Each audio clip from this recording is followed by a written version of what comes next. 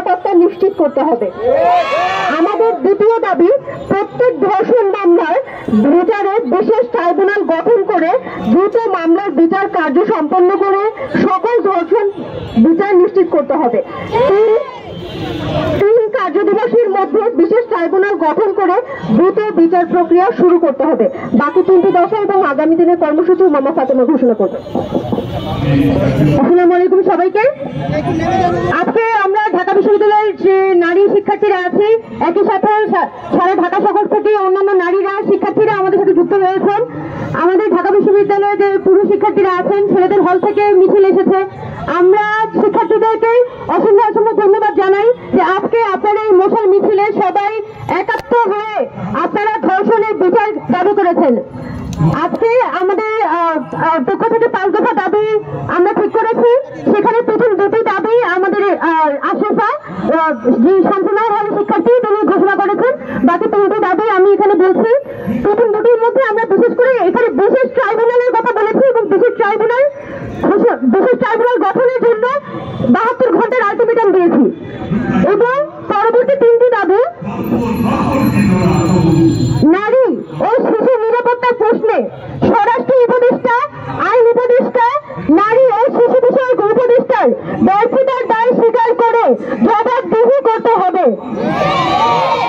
তারপর 4 নম্বর দাবি, সকল শিক্ষা প্রতিষ্ঠান ও কর্মক্ষেত্রে নারী ও শিশু নিপীড়ন বিরোধী সেল গঠন এবং সেলের কার্যকারিতা নিশ্চিত করতে হবে।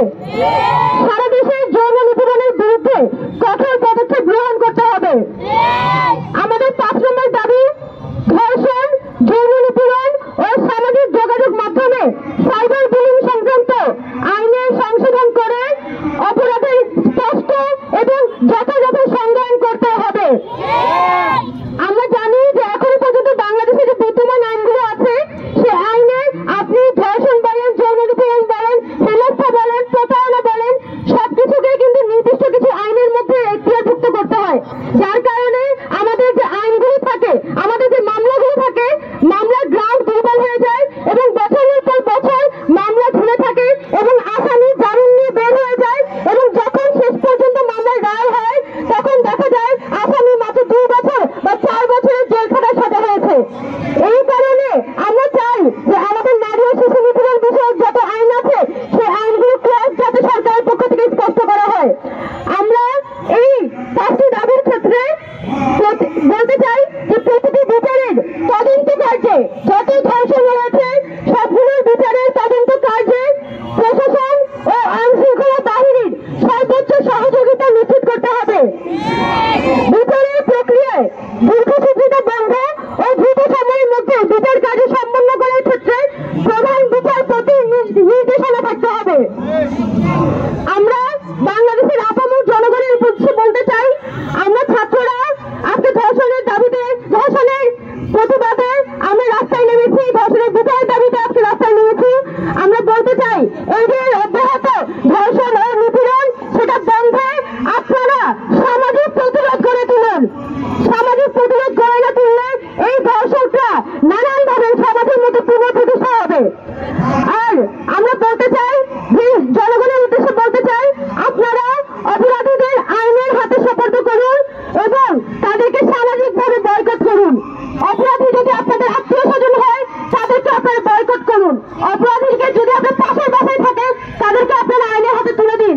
কারণ আমরা চাই যে প্রত্যেকটা ধর্ষণের বিচার হোক এবং বাংলাদেশে আমরা চাইলে বলতে পারি, আমরা কিন্তু এখানে চাইলে বলতে পারি যে ধর্ষকটা মার পরে লাইনে আমরা যাইতে পারি, কিন্তু আমরা যদি দীর্ঘমেয়াদী সমাধান চাই তাইলে আমাদের আইনের সমস্যার সমাধান করতে হবে, আমাদের আইনগুলো সংশোধন করতে হবে। আমাদের পুলিশ স্টেশনে একটা মেয়ে যখন কমপ্লেন রেজিস্টার করতে চায়, কোনো যৌন নিপীড়নের কমপ্লেন রেজিস্টার করতে চায়, ধর্ষণের কমপ্লেন রেজিস্টার করতে চায়, সেই পরিমাণ হ্যারাসমেন্টের শিকার হতে হয়। সেই কারণেই দেখা যায় আমাদের 1/3 ধর্ষণের কমপ্লেন কখনো রেজিস্টারই হয় না। তাই আমাদের বাংলাদেশের সার্বিক পরিবেশটাই একজন নারীর জন্য উপযোগী করতে তুলতে হবে। গত কিছুদিন আগে আমাদের ঢাকা বিশ্ববিদ্যালয়ের একজন শিক্ষার্থীকে এই রাজু ভাস্কর্যের সামনে হেনস্থা করা হয়েছিল। আমরা দেখেছি কিভাবে হেনস্থাকারীকে, ওই ইফতিজারকে দিনে দুপুরে